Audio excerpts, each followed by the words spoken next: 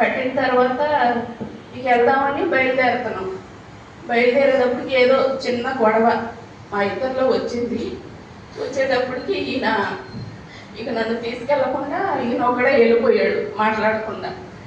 సర్లే నీకు నేను వెళ్తే వెళ్ళాడని నేను అలాగే ఉన్నాను. సరే వెళ్ళేటప్పుడే ఈయనకి కొంచెం కళ్ళు తిరగటం కొంచెం తేడాగా ఉందంట. అయినా కానీ అట్లాగే వాళ్ళ అమ్మని ఎక్కించుకొని వెళ్ళిపోయాడు.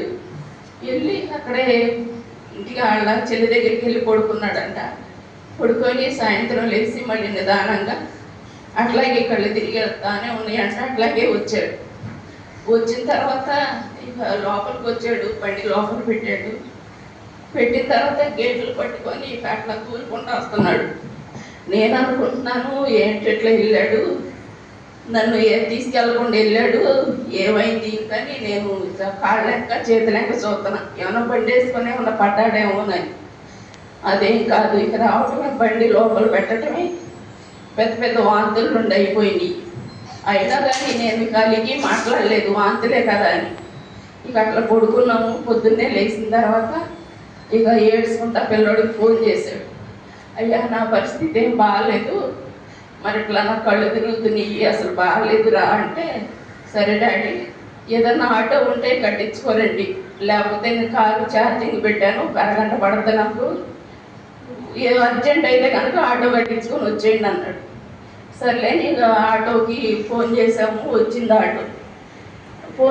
ఆటో వచ్చింది, ఇద్దరు పిల్లడు వచ్చేసాడు. ఆటో రాకముందే ఆటో వచ్చి అట్లా ఆగింది, అబ్బాయి వచ్చేసాడు. వచ్చి ఎక్కించుకెళ్ళాడు.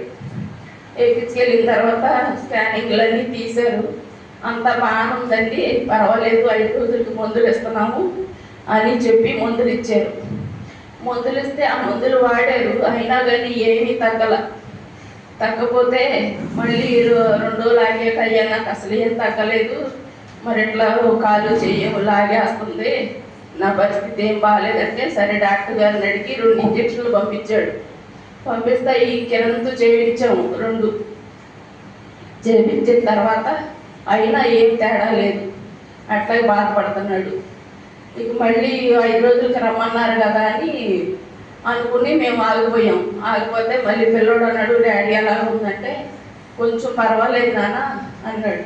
అనేటప్పుడు సర్లే ఇవ్వడు, మరి పర్వాలేదు, మరి ఇదిగా ఉందంటున్నావు, వచ్చేయండి ఈ ఎంఆర్ఐ స్కానింగ్ తీపిద్దాము, ఎందుకైనా మంచిది కదా అని తీసుకెళ్ళాడు. మళ్ళీ రమ్మంటే మేము చేయకూడదు 6 లేచి ఈ బస్కి వెళ్ళిపోయాము.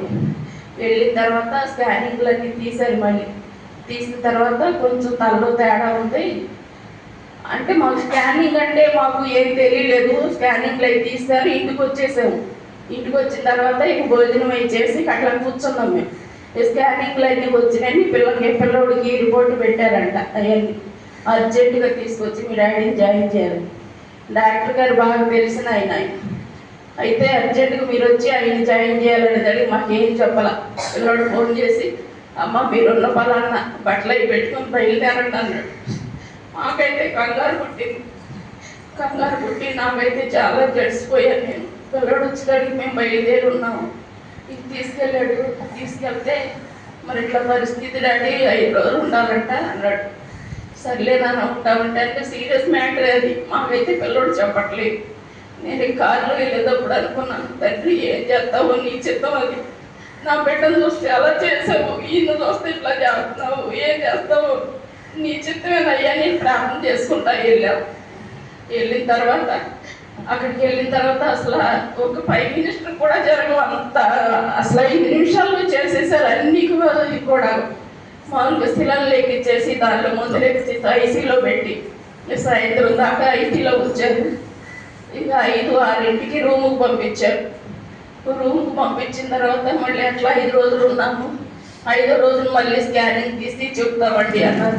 ఎంతవరకు నేను దేవుడిని అడుక్కుంటాను, నువ్వేం చేస్తావు, నీ చిత్తమేనయ్యా, మా చేతుల్లో ఏమీ లేదు అని నేను ఆయన అడుగుతుంటే మళ్ళీ 5వ రోజు స్కానింగ్ తీశారు.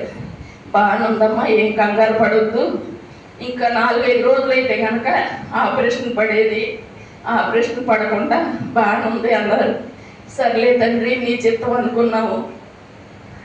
మేము ఇక 5 రోజులకి మందులు అవి ఇచ్చారు, వచ్చాము. మన సంఘం కూడా మా కొరకు ఎంతో ప్రార్థన చేశారు. మీకు అందరికీ వందనాలమ్మా. మా ఇంకా ఈయన్ని కూడా ప్రార్థనకి నడిపించమని ప్రార్థన చేయమని మిమ్మల్ని అడుగుతున్నాను. మా దేవుడు ఎంతో మేలు చేశాడు మాకు ఈ విషయంలో. మీకు అందరికీ వందనాలు.